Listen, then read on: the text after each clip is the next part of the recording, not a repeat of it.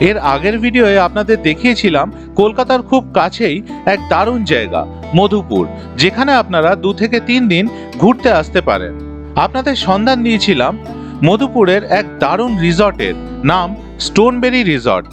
আজকে এই ভিডিওয়ে আপনাদের নিয়ে যাব আর একটা দারুণ জায়গা ম্যাসেঞ্জর, আর আপনাদের সন্ধান দেব ম্যাসেঞ্জরে একেবারে লেকের ধারে এক দারুণ থাকার জায়গা। এই ম্যাসেঞ্জরেও আপনারা কলকাতা থেকে চলে আসতে পারেন আর নিজেদের ফ্যামিলি নিয়ে খুব সুন্দর একটা সময় কাটিয়ে যেতে পারেন। তাহলে চলুন শুরু করা যাক আজকের ভিডিও। আর প্রথমেই মধুপুরের স্টোনবেরি রিসর্টে আমাদের ব্রেকফাস্টটা করে নেওয়া যাক। এখন বাজে 9:15 আর আমরা চলে এসেছি এদের এই রেস্টুরেন্ট বেরি বাইটসে আমাদের ব্রেকফাস্টের জন্য, যেটা এখানে কমপ্লিমেন্টারি। ব্রেকফাস্টের টাইম হচ্ছে 8:30 থেকে 10:30 অবধি।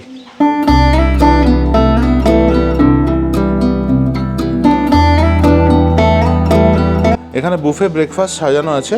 কি কি আছে আপনাদের বলে দিই। এখানে ফ্রেশ ফ্রুটস আছে, মিল্ক আছে, পুরি ভাজি আর একটা আলুর তরকারি আছে। এখানে ইডলি আর বড়া আছে। এখানে আছে উপমা, সাম্বার, এটা হচ্ছে প্যানকেকস, আর এইখানে হচ্ছে ব্রেড বাটার আর জ্যাম। আমরা সকালে একটা দারুণ ব্রেকফাস্ট করলাম। খাবারের টেস্ট খুব ভালো। সকালে একটা ভালো ব্রেকফাস্ট হলে দিনের শুরুটা ভীষণ ভালো হয়।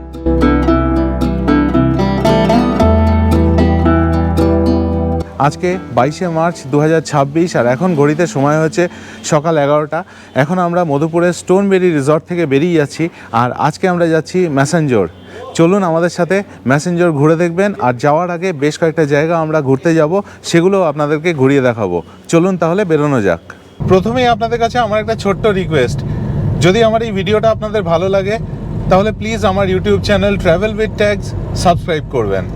এখন বাজে 11:15 আর আমরা এসে পৌঁছলাম মধুপুরের বিবেকানন্দ মঠে।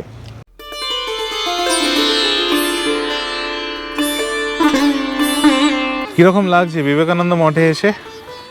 আর এখানে এসে প্রণাম করলাম, মনটা শান্ত হয়ে গেল। ভীষণ ভালো পরিবেশ। আর এই পেছনের বাগানটা এসছি আমরা এখন, কি অসাধারণ লাগছে, কত গাছ। আর এই জায়গায় কিন্তু টেম্পারেচারটা অনেক কম, বেশ ঠান্ডা এই গাছের তলায়, দারুণ লাগছে। এরকম গাছের তলায় জাস্ট বসে সারা দিন কাটিয়ে দেওয়া যাবে, শুধু একটা ভালো গল্পের বই হাতে থাকা দরকার, দ্যাটস অল। একদম অসাধারণভাবে সময় কাটবে। মধুপুরে আপনারা যখন আসবেন অবশ্যই বিবেকানন্দ মঠ ঘুরে যাবেন, দারুণ লাগবে। চারিদিকটা এত শান্ত, এত সুন্দর, কি বলবো। আর পুরোটা গাছে ঘেরা, পিছনের এই বাগানটাতেও আসবেন, দারুণ লাগবে।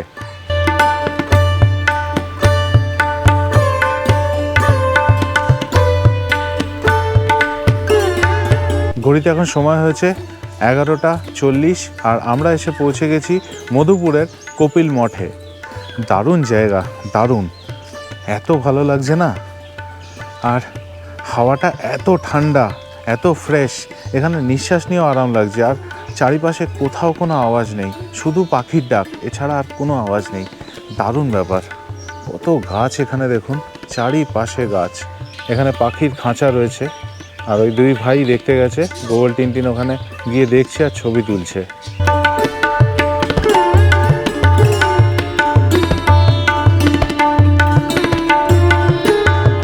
আমরা এক্ষুনি যে বিবেকানন্দ মঠে গেছিলাম, এই কপিল মঠ কিন্তু ঠিক তার পিছন দিকেই। ওখান থেকে বেশিক্ষণ লাগলো না গাড়িতে আসতে, 1-2 মিনিটই লাগলো। তো আপনারা যখন বিবেকানন্দ মঠ আসবেন তার সাথে সাথে কপিল মঠে অবশ্যই আসবেন।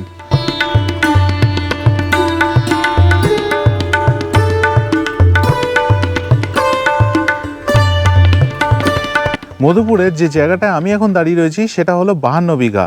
আর এই জায়গাটায় প্রচুর বাড়ি দেখতে পাবেন, যেগুলো বাঙালিদের বানানো। পুরনো দিনে এই জায়গায় অনেক বাঙালিরা এসে নিজের নিজের বাড়ি বানিয়েছিলেন, কারণ তারা এখানে আসতেন, এসে এই মধুপুরের যে সুন্দর আবহাওয়া তা উপভোগ করতেন। এখন অনেক বাড়ি রিসর্টে পরিণত হয়েছে, এখন অনেক বাঙালিরাই এখানে আর থাকেন না। কিন্তু এখানে যখন আসবেন তখন এই আশেপাশে প্রচুর বাড়ি দেখতে পাবেন, যেগুলো অনেক পুরনো এবং বাঙালিদের বানানো। এবং বাড়িগুলোর গায়ে বাংলায় লেখা দেখতে পাবেন, মানে হিন্দি ইংলিশ থাকলেও থাকতে পারে, কিন্তু বাংলায় লেখাটা অবশ্যই আছে। সেটা খুব ভালো লাগছে, ঝাড়খণ্ডে দাঁড়িয়ে বাংলা ভাষা দেখতে পাচ্ছি। এখন আমরা মধুপুর থেকে বেরিয়ে যাচ্ছি আর যাচ্ছি ম্যাসেঞ্জর, যেখানে আজকে আমরা থাকবো। এখান থেকে ম্যাসেঞ্জরের দূরত্ব হচ্ছে 109 কিলোমিটার, আর সময় লাগবে 2 ঘন্টা 35 মিনিটের মতো। আমরা এখন অজয় নদী ক্রস করছি। জল নেই বললেই চলে, পুরোটাই বালি, জাস্ট মাঝখানে কিছু কিছু জায়গা দিয়ে জল বয়ে যাচ্ছে। মধুপুর থেকে ম্যাসেঞ্জরের রাস্তাটা দারুণ। এই রাস্তা দিয়ে এলে আপনারা মন ভরে চারিপাশে প্রাকৃতিক সৌন্দর্য উপভোগ করতে পারবেন। এই রাস্তা দিয়ে যেতে যেতে আমরা অনেকবার দাঁড়াতে বাধ্য হলাম, কারণ প্রচুর ছবি তুললাম নিজেদের।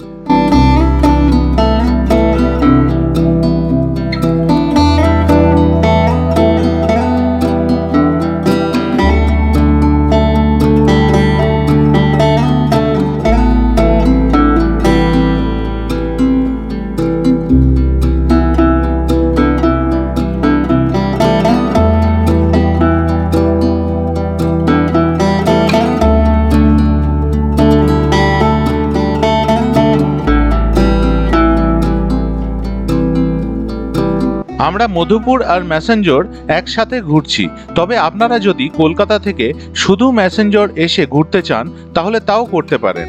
2 থেকে 3 দিনের জন্য দারুণ লাগবে ম্যাসেঞ্জর, যেখানে আপনারা দেখতে পাবেন পাহাড়, ড্যাম আর লেক। আমরা যে আজকে মধুপুর থেকে ম্যাসেঞ্জর যাচ্ছি, রাস্তা কিন্তু অসাধারণ। Condition of the road is too good. তবে হ্যাঁ, কিছু কিছু স্ট্রেচ অবশ্যই খারাপ ছিল, আর সেই জায়গাগুলো বাদ দিলে পুরো রাস্তাটা কিন্তু দেখার মতো। It is completely a driving pleasure. যারা গাড়ি চালাতে ভালোবাসেন আমার মতো, তারা অবশ্যই এই রাস্তায় একবার আসুন, দেখে যান এই জায়গাগুলো, আর এই অসাধারণ রাস্তাগুলোর ওপর দিয়ে গাড়ি চালিয়ে যান, দুর্দান্তভাবে এনজয় করবেন। এখন আমরা যে জায়গাটা দিয়ে যাচ্ছি এটা হচ্ছে দুমকা বাইপাস। আপনাদের যদি এই ভিডিওটা ভালো লাগে তাহলে প্লিজ একটা লাইক করে দেবেন, আর আপনাদের চেনা কেউ যদি ড্রাইভ করে ম্যাসেঞ্জর বেড়াতে যান তাদের সাথে প্লিজ এই ভিডিওটা শেয়ার করে দেবেন, তাহলে তাদেরও একটা ভালো আইডিয়া হয়ে যাবে। আমরা এখন ম্যাসেঞ্জরের থেকে আর 4 কিলোমিটার আগে আছি, আর রাস্তাটা খালি দেখুন। এবার আমাদের বাঁদিকে এবং সামনে পাহাড়, আর রাস্তা এরকম আন্ডুলেটিং, ওপরে উঠছে নামছে, আর চারিপাশে জঙ্গল, মাঝখান দিয়ে এইরকম সুন্দর একটা রাস্তা চলে যাচ্ছে। দারুণ রাস্তা, দেখুন কীরকম এঁকে বেঁকে রাস্তাটা যাচ্ছে, আর রাস্তার কন্ডিশনও খুব ভালো।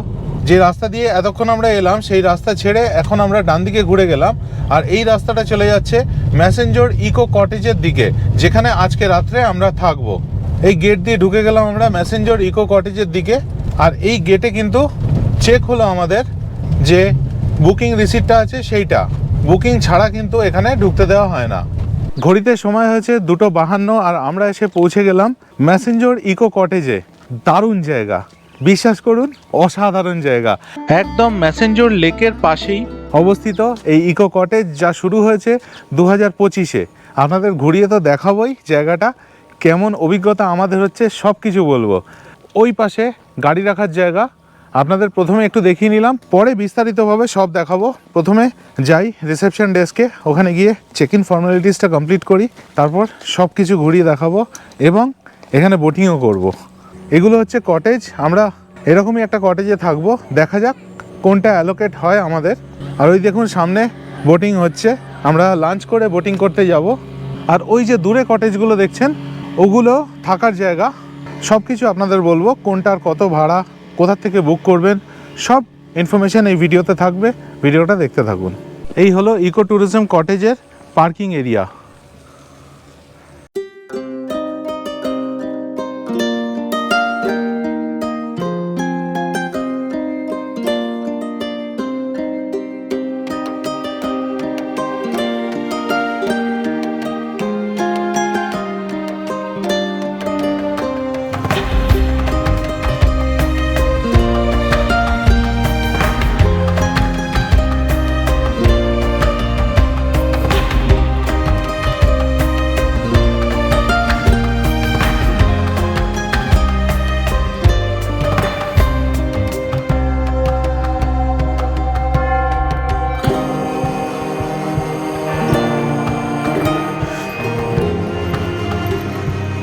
ম্যাসেঞ্জর ইকো কটেজে আমাদের রুমে আমরা চলে এসেছি।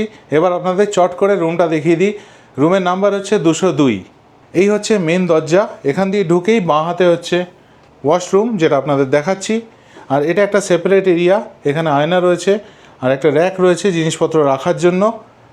আর এই হচ্ছে আমাদের ঘর, খুবই সুন্দর, ওয়েল ডেকোরেটেড, এখানে একটা বড় বেড, দুপাশে দুটো ল্যাম্প, দুটো সাইড টেবিল আর এরকম কাঠের ডেকোরেশন। ইনফ্যাক্ট রুমটা কাঠ দিয়েই বানানো। ওপরে এরকম স্ল্যান্টিং রুফ রয়েছে, এসি রয়েছে, পাখা রয়েছে, যথেষ্ট পরিমাণে লাইট রয়েছে। এখানে দুটো চেয়ার রয়েছে আর এপাশেও একটা টেবিল রয়েছে আর দুটো চেয়ার রয়েছে যার উপর গোগল টিনটিন বসে রয়েছে। এইখানে দেওয়া রয়েছে একটা বড় টিভি, এপাশে দেওয়া রয়েছে চায়ের কাপ আর ইলেকট্রিক কেটল, তাছাড়াও দুটো কমপ্লিমেন্টারি জলের বোতল ওনারা দেবেন। তো এই হলো আজকে আমাদের রুম। আর এবার এই রুমের সব থেকে ইন্টারেস্টিং পার্টটা দেখাবে গোগল আর টিনটিন। এইটা হচ্ছে এই রুমের সব থেকে দারুণ জায়গা। সেটা হচ্ছে এরকম একটা কাঁচের দেওয়াল বলতে পারেন, সামনের দিকটা পুরোপুরি কাঁচ দিয়ে তৈরি এবং এইখান থেকে রুমে বসে বসেই দেখা যাবে ম্যাসেঞ্জর ড্যাম। এই হচ্ছে আমাদের ব্যালকনি আর এইখানে দাঁড়িয়ে সময় কেটে যাবে। দেখুন কি অসাধারণ দৃশ্য। একটা ছোট্ট ইম্পর্ট্যান্ট কথা আপনাদের বলে দিচ্ছি, একদম সামনের রোটায় আপনারা যদি কটেজ পান তাহলে ওখান থেকে কিন্তু আনহিন্ডার্ড ভিউ অফ দ্য লেক পাবেন। আমাদের আসতে একটু দেরি হয়ে গেছিলো তাই আমরা পেছনের রোটায় পেয়েছি, কিন্তু তাও এখান থেকে লেকের ভিউটা কিন্তু বেশ ভালোই। দুটো কটেজের মাঝখান দিয়ে বেশ ভালো ভিউ পাওয়া যাচ্ছে। এটা হচ্ছে ওয়াশরুম। ঢুকেই লেফটে বেসিন আর আয়না, টাওয়েল দেওয়া রয়েছে, ওই পাশে কোমোড রয়েছে আর এখানে স্নানের জায়গা। ওপরে রয়েছে গিজার এবং এক্সস্ট পাখা। বেশ সুন্দর পরিষ্কার পরিচ্ছন্ন বাথরুম। ম্যাসেঞ্জর ইকো কটেজে আমাদের এই ডিলাক্স রুমের জন্য আমাদের দিতে হচ্ছে 2500 টাকা প্লাস ট্যাক্স। এর মধ্যে কোনো ব্রেকফাস্ট ইনক্লুডেড নয়। আর গুগলের জন্য দিতে হচ্ছে 500 টাকা এক্সট্রা পার্সেন্ট চার্জ। একটু আগে আপনাদের যেটা বললাম, এই যে সামনের রোটা দেখছেন কটেজের, চেষ্টা করবেন এইখানে কটেজটা নিজের জন্য পাওয়ার একটু তাড়াতাড়ি এসে। আমরা এখানে পাইনি, আমরা পেয়েছি একদম পিছনের রোটায়, যদিও সেখান থেকেও ভালো দেখতে পাচ্ছি, কিন্তু এই সামনের কটেজগুলোয় থাকলে এখান থেকে যে কি অসাধারণ ভিউ পাবেন দেখিয়ে দিচ্ছি। এখানে সামনে আর কিচ্ছু নেই, জাস্ট এই জায়গাটা রয়েছে যার মধ্যে রিসেপশন রয়েছে আর রেস্টুরেন্ট রয়েছে। এই জায়গাটা ছাড়া আর কিন্তু এখানে কোনো অবস্ট্রাকশন নেই। পুরো সামনের আনহিন্ডার্ড ভিউ অফ দ্য লেক পাবেন এই কটেজগুলোর থেকে। আর ওই দিকে যে কটেজগুলো দেখছেন ওর মধ্যে এক একটা কটেজে 3টে করে রুম আছে আর ওই রুমগুলোর ভাড়া হচ্ছে 1500 টাকা প্লাস ট্যাক্স। তবে আমাদের যে কটেজগুলো আছে সেগুলোর থেকে কিন্তু ওই রুমগুলো একটু ছোট, ওই জন্যে আমি ওই রুমগুলো চুজ করিনি।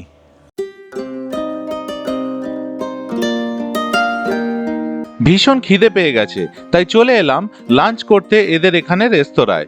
তবে এখান থেকে লেকের ভিউ দেখে আমরা মুগ্ধ হয়ে গেলাম।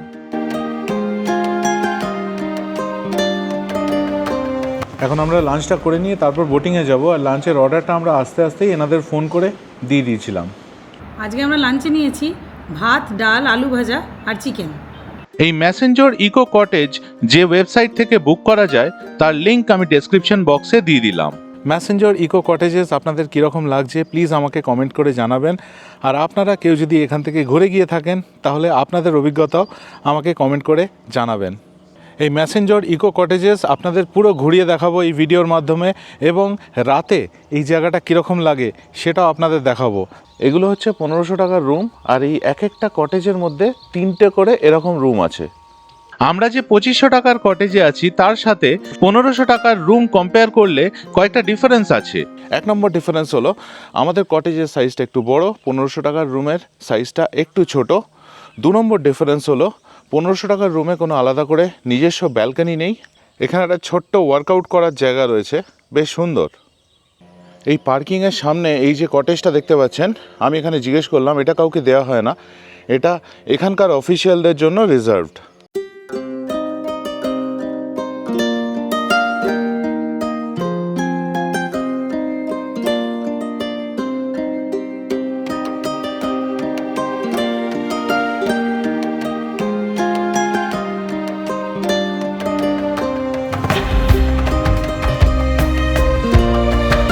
এখন ঘড়িতে সময় হয়েছে 4:15 আর আমরা এসে গেছি ম্যাসেঞ্জর ইকো কটেজের ঠিক পাশেই, যেখানে বোটিং হয় সেখানে।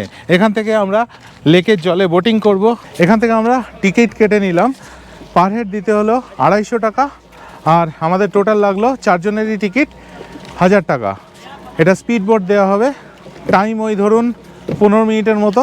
আর এখানে ঘোরানো হবে, এখানে সামনে একটা দ্বীপ আছে ওটাকে গোল চক্কর দেওয়া হবে, তারপর ওদিকে কটেজ আছে যেখানে আমরা রয়েছি ওইটাই দেওয়া হবে, আর তারপর এদিকে নিয়ে আসা হবে। এছাড়াও এখানে 200 টাকার টিকিট আছে, তারপরে 5,500 টাকার টিকিট আছে, আর 3500 টাকার টিকিট আছে, বিভিন্ন ক্যাটাগরি। আমরা পুরোপুরি রেডি যাওয়ার জন্য। আর এই হচ্ছে আমাদের বোট এসে গেল, সামনে দুর্দান্তভাবে উঠছে আমাদের দেশের পতাকা, দারুণ লাগছে। আর এখানে কিন্তু বোটিং করতে হলে এই লাইফ জ্যাকেট পরা মাস্ট।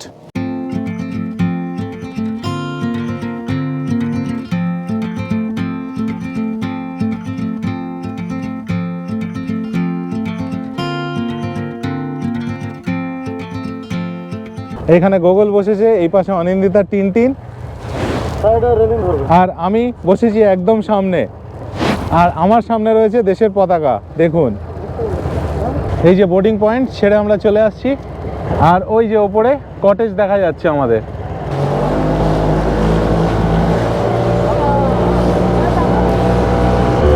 স্পিড তুলে নিয়েছে দেখুন।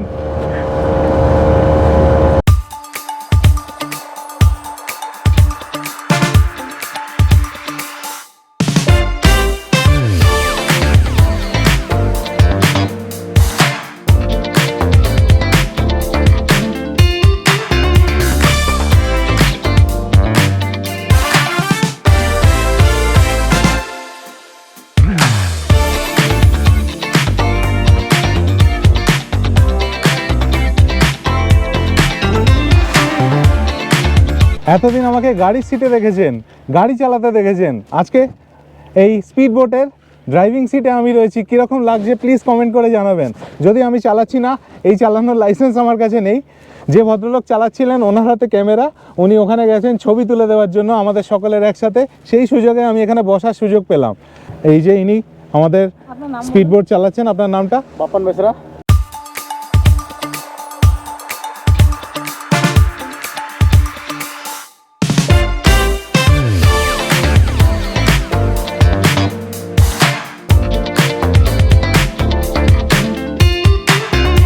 দারুণ দারুণ।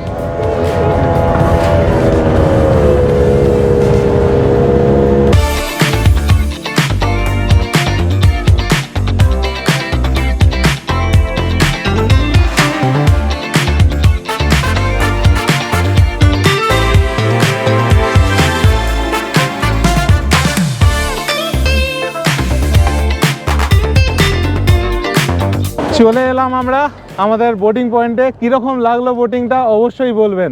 দারুণ লেগেছে, আমাদের কিন্তু দারুণ লেগেছে। তোমার কীরকম লাগলো টিনটিন?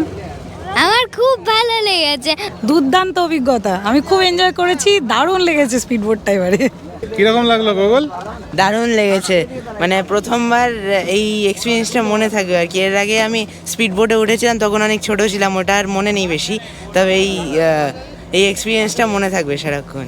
আর সব থেকে দারুণ লাগলো যখন ঘোরাচ্ছিল, কি অসাধারণ লাগছিল জলের ওপর, দারুণ অভিজ্ঞতা।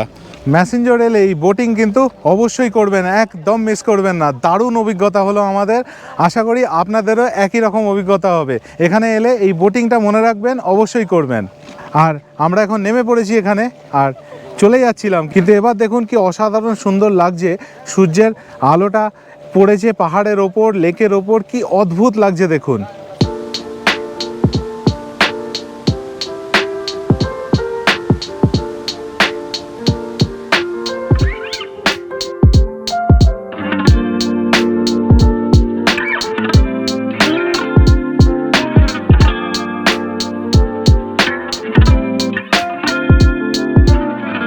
এবার সন্ধে হয়ে গেল আর চারিদিকে অন্ধকার নেমে এলো। তবে এখনো এই ম্যাসেঞ্জার ইকো কটেজ দারুণ লাগছে, ভীষণ সুন্দরভাবে আলো দিয়ে সাজানো। আর এই সৌন্দর্য উপভোগ করতে আমি আর টিনটিন আমাদের কটেজ থেকে বেরিয়ে পড়লাম। হেঁটে বেড়ালাম লেকের সামনে আর বেশ কিছু ছবি তুললাম নিজেদের। দারুণ লাগলো আমাদের।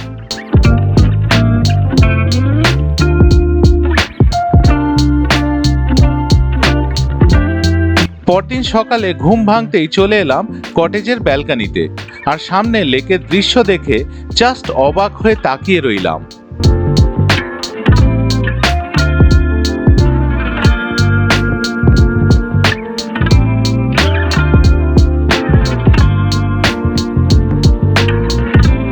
তারপর অনিন্দিতাও চলে এলো ব্যালকানিতে।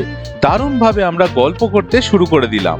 সেই গল্পের মধ্যে নেই কোনো প্রফেশনাল কাজের কথা, শুধু আছে নির্ভেজাল আনন্দ।